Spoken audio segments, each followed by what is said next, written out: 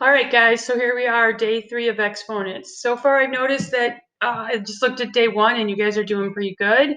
One thing I just would like to tell you is please leave it in exponential form. So leave it as 4 to the 15th. It's a lot easier if everyone leaves it in that form for me to grade them through. But other than that, you've been doing great. Hopefully you're enjoying this lesson. This is really the beginning of algebra here because this stuff you will absolutely use in algebra. Miss Wadlow's super happy that you guys are getting this. I showed her that, so good job. So today, day 3 of exponents, power to power. So what this means is you're going to get something that says like a to the m and then to the nth power. So what does that mean in real life? What does it look like? So for example, number 11 of the exponents, it will look like 4 to the 3rd power. That will be in parentheses to the 5th power, which means you multiply those two numbers. So you're going to make it 4 and then parentheses 3 times 5, so 4 to the 15th. So this time we are multiplying our exponents because they are power to power. So here you're going to do 7 to the 6 to the 11th power. So 7, 6 times 11, 7 to the 66th power. So that one would be super hard to put that in a calculator because you would have to do 7 times 7, 66 times. So just leave it as 7 to the 66th power. All right, then of course will always get a little bit harder and harder. So this time we have 3x squared to the 4th power, which means it's kind of like the distributive property. You have to take this 4 here and you have to distribute it to the 3 and you have to distribute to the x squared.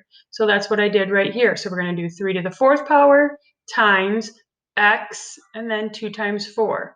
So your final answer would be 3 to the 4th power x to the 8th. If it comes out to be a regular number, you can make it 81 x to the 8th. Either of these are acceptable.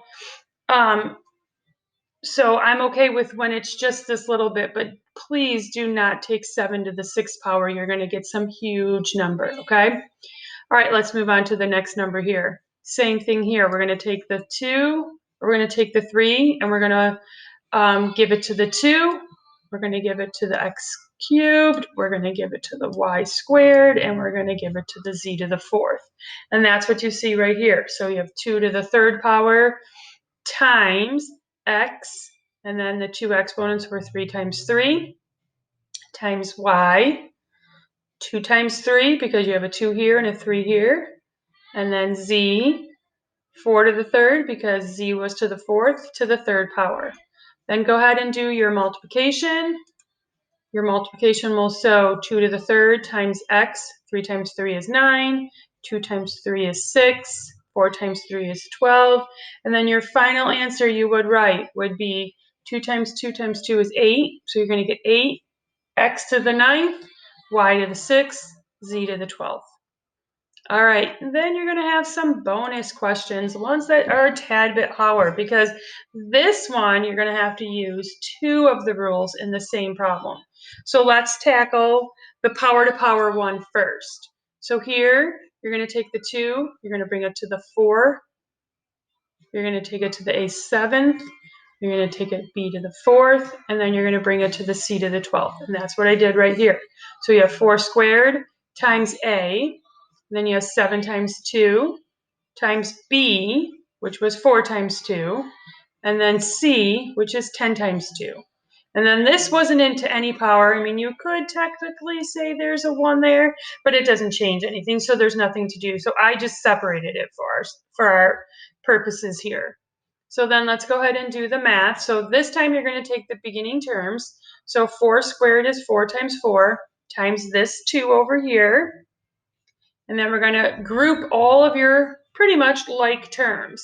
So now you have a, 7 times 2 was 14, and then this a over here, which was a to the 6th.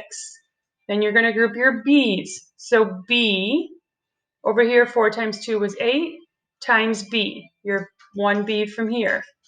Then you're going to group your c's together. So c, 10 times 2 is 20, times c to the 3rd. We've got it from the end.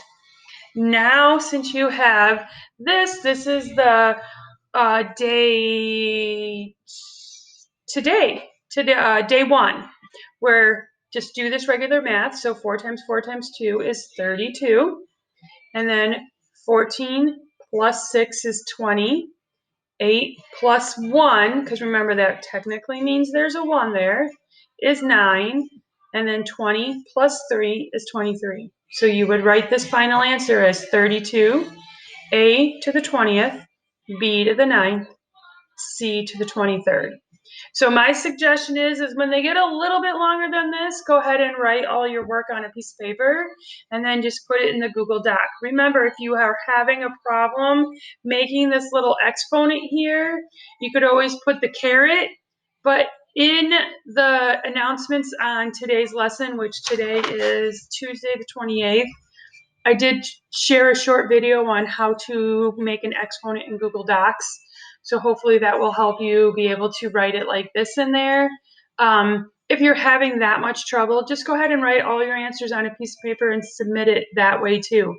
Either way works. So if writing it exponent in Google Docs is bothering you, write all of your work, take a picture of it, and submit it. Either way is perfectly fine. So hoping you are enjoying exponents. Bye, guys.